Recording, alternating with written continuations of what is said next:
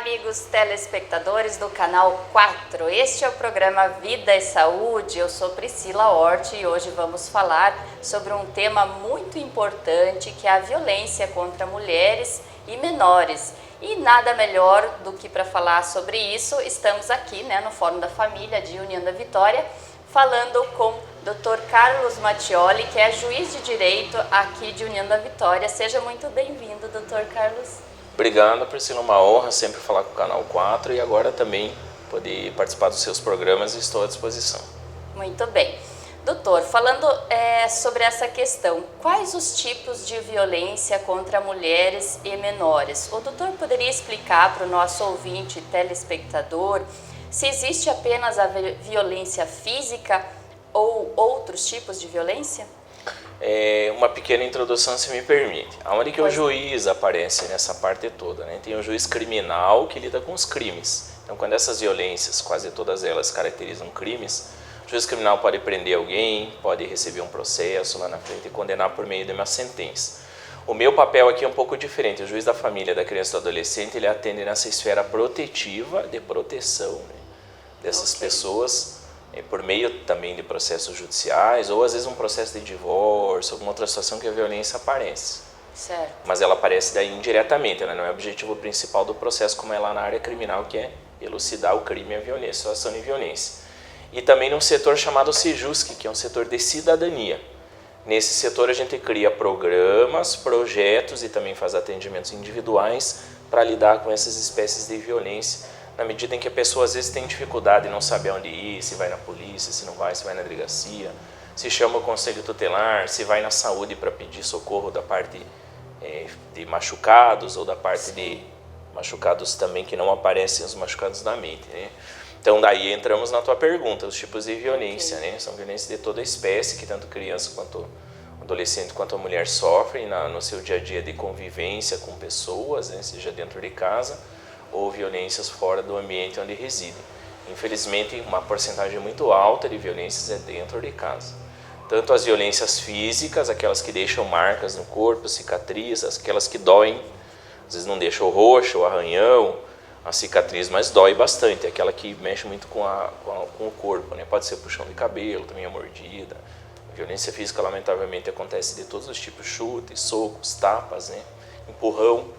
São violências físicas, né? Certa vez uma mulher, num evento que nós estávamos do Sejusc, um evento de cidadania, de rua, na época pré-pandemia, ela falou, mas juiz, o empurrão não é violência, né? O empurrão é, por óbvio, uma violência, porque normalmente ele é com o intuito de intimidar, de ameaçar, né?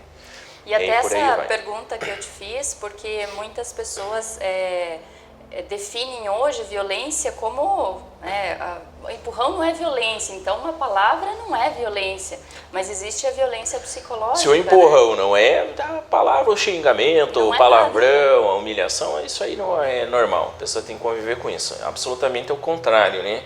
Exato. Eu costumo dizer nas palestras que a violência psicológica ou a violência verbal, aquela por meio de palavras, ela não machuca a pele, ela não causa cicatriz, arranhão, roxo, ou ela não causa dor física, mas ela machuca a mente. E às vezes a cicatriz é tão profunda que dura toda uma vida. Às vezes o machucado, a dor, fazendo aqui o paralelo com a dor física, ela é tão forte que ela não vai terminar depois que passar ali o processo de cicatrização. Ela vai se prolongar no tempo. Então, por vezes, a violência verbal, que também pode ser caracterizada pela ameaça, por exemplo, é bem comum, né? A ameaça, a pressão psicológica, o xingamento, a humilhação, a depreciação. É muito comum, por exemplo, a mulher dentro de um relacionamento, o homem que coloca a mulher num patamar de inferioridade. Certo. Você não tem a possibilidade de trabalhar, que quem trabalha sou eu vou controlar as tuas amizades, a roupa que você usa, a maquiagem, forma de se vestir, o cabelo. Isso é de controle meu como marido, eu tenho esse direito, né? Isso, por óbvio, todas as situações que eu narrei agora rapidamente são violências bem pesadas que muitas mulheres passam no seu dia a dia e às vezes, como você mencionou, pode-se se sentir ou parecer que isso é normal, mas em absoluto, né? Às vezes a mulher ela tem uma dificuldade até de compreender isso, por que está acontecendo com a pessoa que ela ama, que ela gosta, que é o pai dos filhos, mas é, por óbvio, uma situação de violência também. E essa é uma questão que eu trouxe aqui para o programa Vida e Saúde, Exatamente por isso, pelo que o senhor falou ali, que às vezes a violência emocional, as consequências duram toda uma vida. Não, a violência física, um dia ela desaparece, mas a emocional, às vezes, ela perdura bastante tempo. Tem mulheres que nós atendemos que elas têm 30, 40 anos de relacionamento. E elas falam das violências que sofriam lá no começo do namoro, lá atrás. Pra ver como é marcante, né? E uma violência, por exemplo, externa, né, que às vezes é um parente também, mas não do convivente. A violência sexual, que é uma violência que a gente não falou ainda, né? Uma violência muito pesada. Então tem mulheres que, quando eu vou fazer palestra, por exemplo, numa escola, numa comunidade, uma mulher adulta se aproxima, pede para conversar reservadamente, e ela fala: juiz, quando eu era criança, eu fui vítima de violência sexual, ou fui vítima de um estupro. E às vezes a mulher conta ali na hora, né, uma das primeiras perguntas que eu faço: se está tudo bem, se precisa de alguma ajuda, se está sendo ameaçada, se tem alguma situação de risco atual, né? Fala: não, isso foi lá no passado, quando eu era criança, uma pessoa que eu nunca mais vi, me afastei, mas eu nunca havia contado para ninguém. Então, até a dificuldade em falar vejam, depois, né? Isso quanto não incomodou ela ao longo desses 30 anos, ao ponto, inclusive, dela nem poder desabafar, contar para ninguém. Há casos, por exemplo, que eu converso com a mulher no final de uma palestra, ela conta isso, aí eu pergunto: mas o seu companheiro sabe, o seu marido? Ela: não, nunca contei para ele. Então é uma sensação, inclusive, de responsabilidade muito forte, na medida que após uma fala minha pública, ela sentiu a vontade de relatar, desabafar, colocar para fora, mas nem para o próprio companheiro com quem ela vive há muito tempo ela teve ainda a coragem de contar, né? Então vejam a dor, a marca, a cicatriz que ela tem na mente diante da violência que ela sofreu lá atrás, né? Além da violência física que ela sofreu lá no momento quando era criança, a violência que até hoje produz efeitos de dor no psicológico e no mental. Com certeza. E durante a pandemia no Brasil, o senhor acha que houve aumento de violência? Certamente aumentou, porque boa parte das violências ocorrem dentro de casa, mais de 86%, segundo a estatística brasileira, em torno de 87%, no Paraná é um índice muito parecido. Na nossa região aqui também, União da Vitória, Porto União, Bituruna, Canoinhas, todas as cidades do entorno aqui têm índices parecidos de violência, altos, lamentavelmente, e muito próximo desse índice nacional também. Então, como a maior parte da violência é dentro de casa, como muita gente ficou sem trabalhar nesse período e as aulas foram suspensas, não precisa fazer um raciocínio muito diferente aí para concluir que aumentou. Não aumentou tanto o índice de procura, porque normalmente quem pratica violência ameaça, que é uma nova violência. Vou dar um exemplo: o marido, sempre que chega alcoolizado em casa, bate bastante na mulher. E no decorrer dessas ameaças, dessas violências, ele ameaça: se contar para alguém vai piorar. Ou um pai que lamentavelmente pratica violência sexual contra a filha. Acontece, é um índice alto, lamentavelmente. Pai, padrasto, avô, irmão mais velho, ele pratica a violência e depois, num outro momento, ele fala: olha, fique quieta, não conte para ninguém, nem para sua mãe, senão a coisa vai piorar, vou matar tua mãe, vou colocar fogo na casa. Então, como é que uma pessoa dessa, que passa por isso, que não consegue sequer sair de casa, como é que ela vai contar para alguém? Exato. Às vezes você não pode nem ficar com o celular sozinha no ambiente da casa, tem o risco de ser descoberta e o medo que sofre de piorar. A vergonha, até a culpa, né, pela cultura nossa. Aí a gente vai mais longe, daí tem a vergonha, o sentimento às vezes de humilhação. Muitas mulheres e crianças às vezes se culpabilizam pela violência, o que não é o caso, mas o agressor muitas vezes faz incutir isso na vítima. Uma manipulação Uma ali, manipulação. Né? Então é um processo muito difícil da mulher conseguir ter a coragem de contar, narrar a violência. Ela pode fazer por um celular, hoje em dia, graças a Deus, o celular ajuda muito, né? Pode mandar até um e-mail lá, entrar no site, Disque 100 tem um site. Então você não precisa ligar só para o Disque 100. Se você escreve Disque 100 no Google, aparece lá e você consegue escrever. Se alguém entra no Instagram, Sejusque União, e manda no chat, nós vamos responder. Se entra no meu Instagram lá, Carlos Mattioli, e manda mensagem, todo dia alguém me manda mensagem lá. Pedido de ajuda, lamentavelmente, é triste, né? Mas por outro lado, que bom que nós podemos ajudar. Todos os dias alguém pede ajuda. Acabei de receber agora, atrasei um pouquinho para atender vocês, começar a entrevista, porque eu estava atendendo uma mulher que pedia ajuda, para uma conhecida.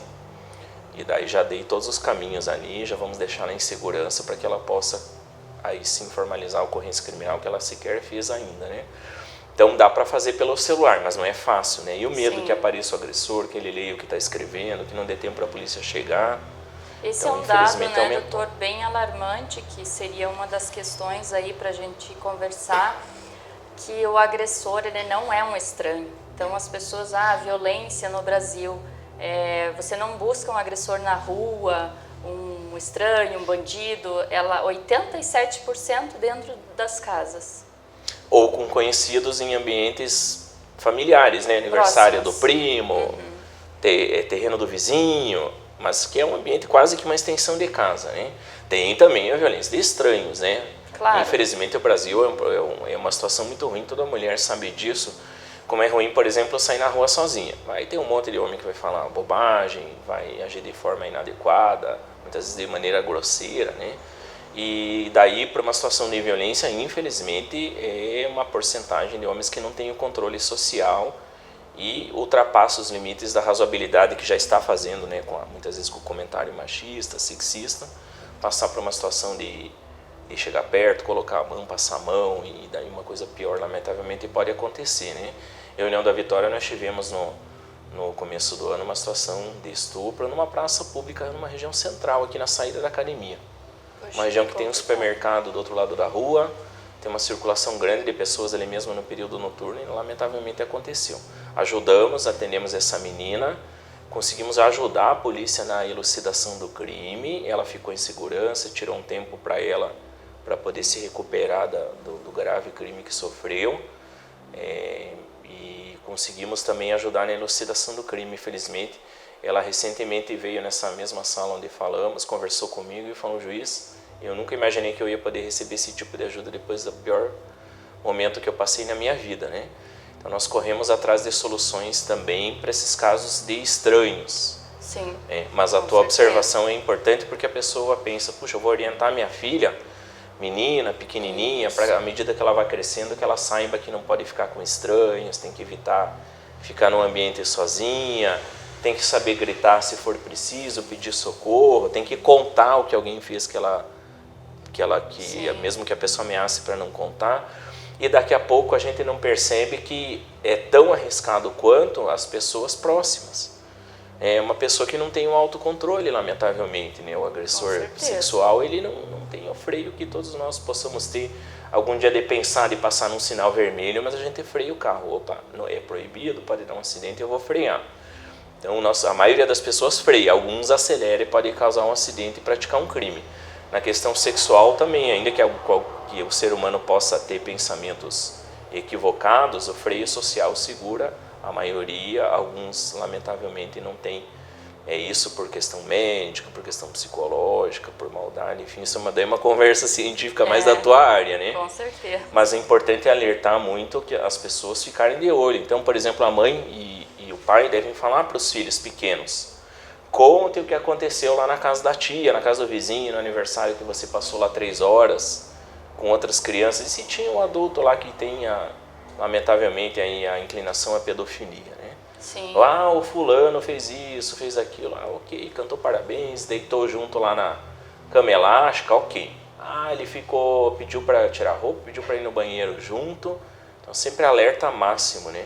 Por a isso criança que eu tem acredito, dificuldade. né, doutor, que a conversa dos pais com as crianças é bem importante, porque é só na conversa que você vai acabar identificando esse tipo de coisa.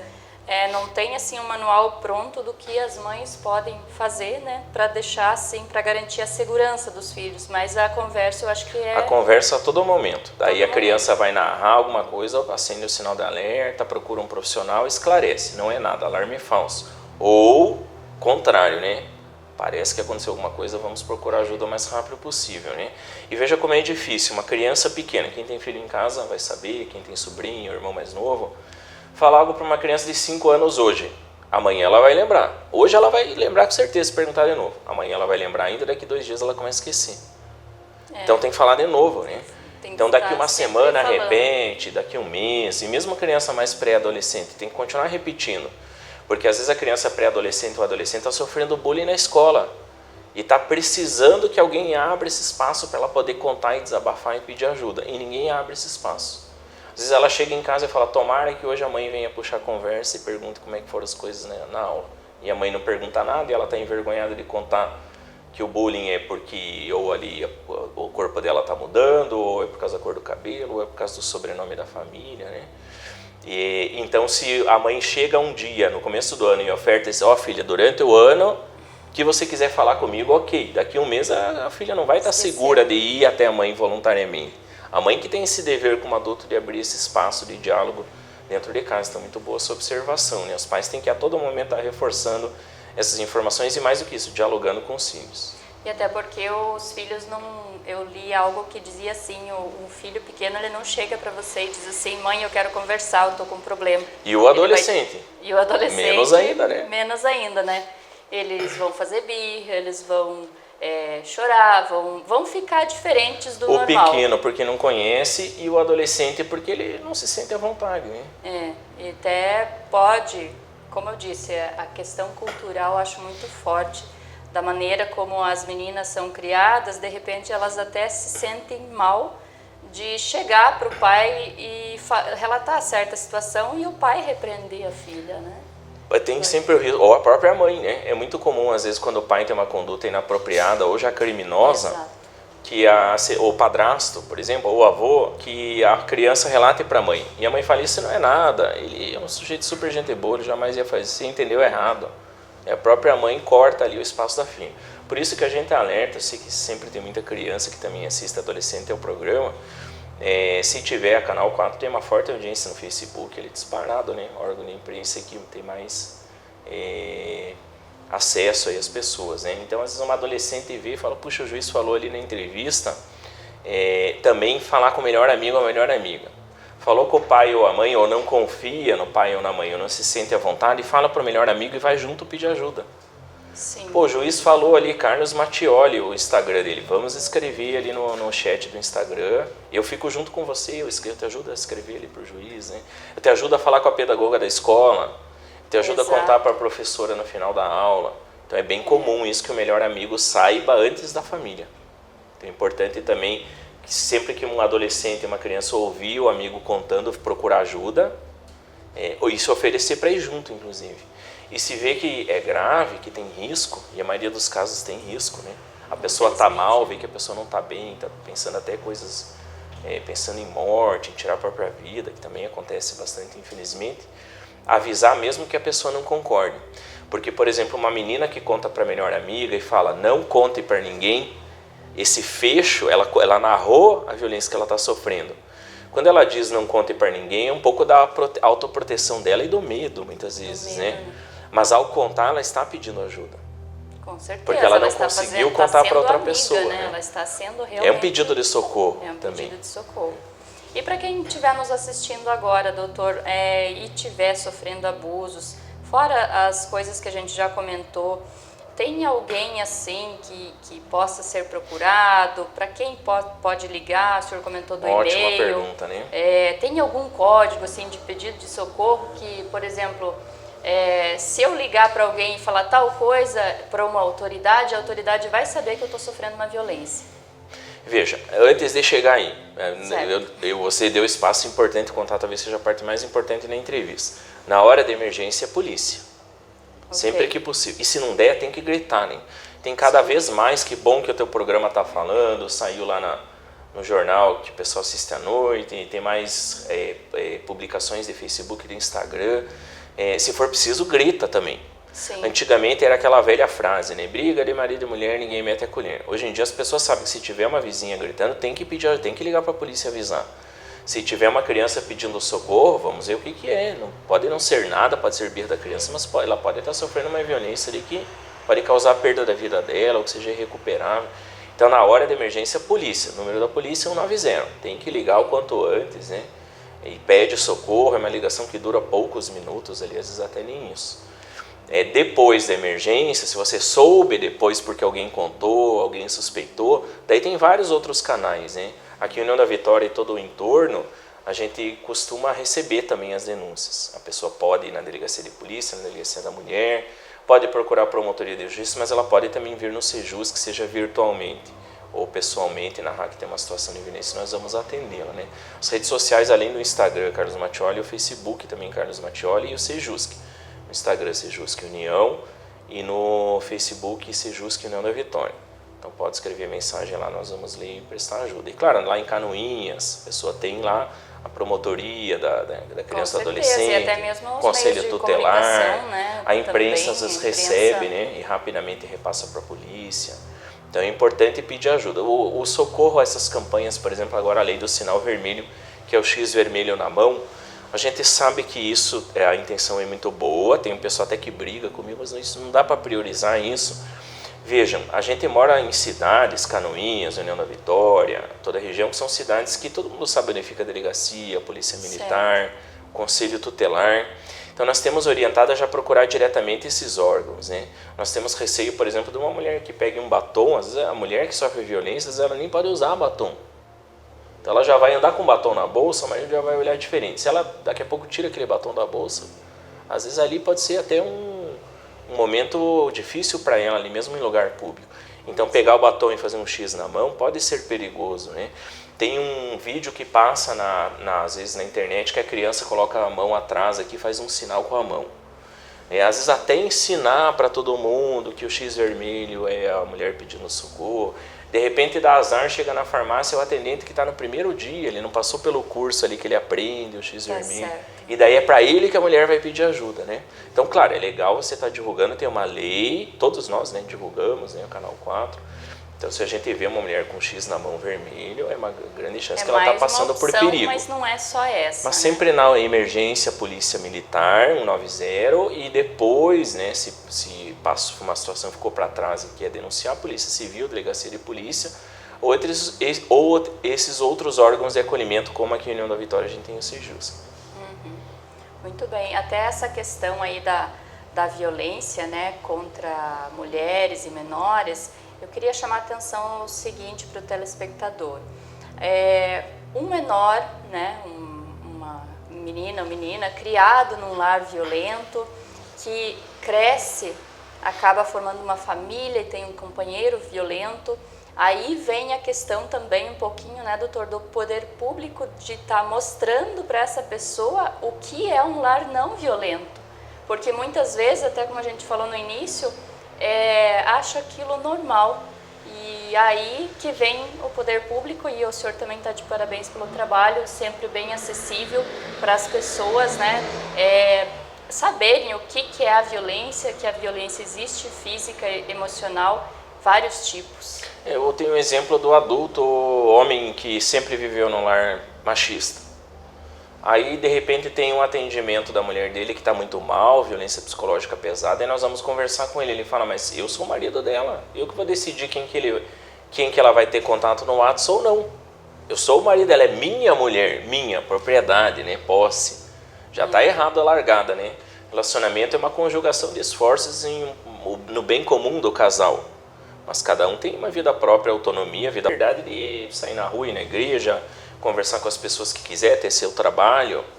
Não precisa ter o acordo do outro. Claro que tudo dialogado dentro de uma convivência, seja de namoro ou de casamento, é recomendável, mas é um diálogo.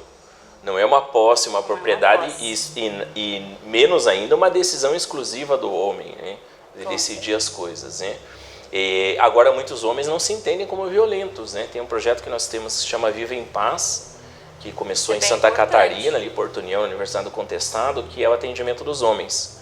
E quando eu vou conversar com os grupos, quando os homens estão nos primeiros encontros, eles falam, mas eu só dei um empurrãozinho, puxei o cabelo e dei um tapa só. Pô, uma violência pesada, violência física é uma violência extremamente agressiva, né? Ah, mas eu só proibi ela de trabalhar, o que tem de mais, né? Eu coloco dinheiro suficiente em casa, por que ela precisa de trabalho, né? Isso acaba com a vida da pessoa, ela não tem a liberdade de fazer as coisas que gosta, que tem vocação. Buscar também essa liberdade de não depender financeiramente do companheiro, o casamento pode não durar para sempre, né?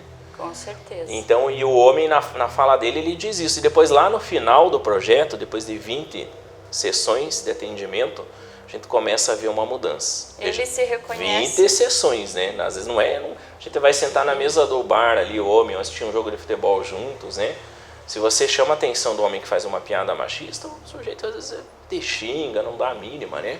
Então não é um processo simples de reconstrução de que nós temos comportamentos reprováveis, né? Todos nós, homens, temos que fazer essa reflexão, né? A equipe que está aqui acompanhando a entrevista, o homem que está assistindo em casa. O que eu fiz que poderia fazer um pouco ou bastante diferente para melhorar essa situação também, para que os meus filhos não reproduzam isso, para que a minha mulher, inclusive, permaneça comigo, né? Com certeza. Porque nós, quando atendemos um casal que tem extrema violência do companheiro, nós alertamos a mulher. É difícil de ter uma mudança de comportamento especialmente imediata e significativa. Então pense muito bem, né? Quando eu vou palestrar nas escolas, eu falo para as meninas, né? Escolham muito bem as pessoas que vão conviver com vocês, especialmente na questão de relação amorosa, né? Afetiva. Se sentir que tem excesso de ciúmes, controle da vida, parte para outro o quanto antes, né? Não se envolve muito.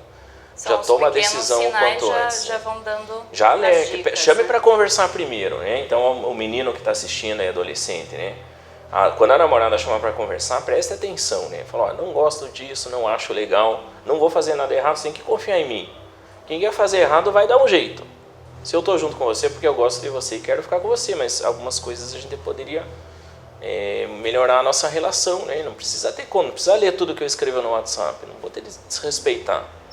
E outra coisa também, quem desrespeita também segue a vida adiante e vai encontrar pessoas em que possa confiar melhor, né? Que vida é essa também de ter eterno desconfiança, não conseguir dormir tranquilos? As escolhas são a gente que faz, pode viver muito bem com pessoas, né, que vão nos respeitar. E quem tem uma conduta como essa, que não é recomendável, que faça também sua autorreflexão para mudar, né, de comportamento. Muito bem. Nossa conversa aqui, esse tema é bastante extenso, mas vamos encerrando por aqui. Quero agradecer a sua participação, doutor, muito relevante as suas informações, com certeza aí a população vai estar bem informada quanto a este assunto. Obrigado, sempre à disposição, toda a turma do Canal 4, uma honra participar do teu programa, a Franciele que fez o convite, os cumprimentos a ela, né? Que fez aí a relação para que a gente pudesse estar falando nos teus programas. Muito bem. E para você, telespectador, eu gostaria de fazer um convite que na próxima semana nós vamos dar uma continuidade nesse assunto. Nós vamos falar no programa Vida e Saúde sobre as consequências emocionais da violência contra mulheres e menores. Então, as consequências na saúde emocional e física das pessoas. Muito bem, aqui é a Priscila Hort do Vida e Saúde.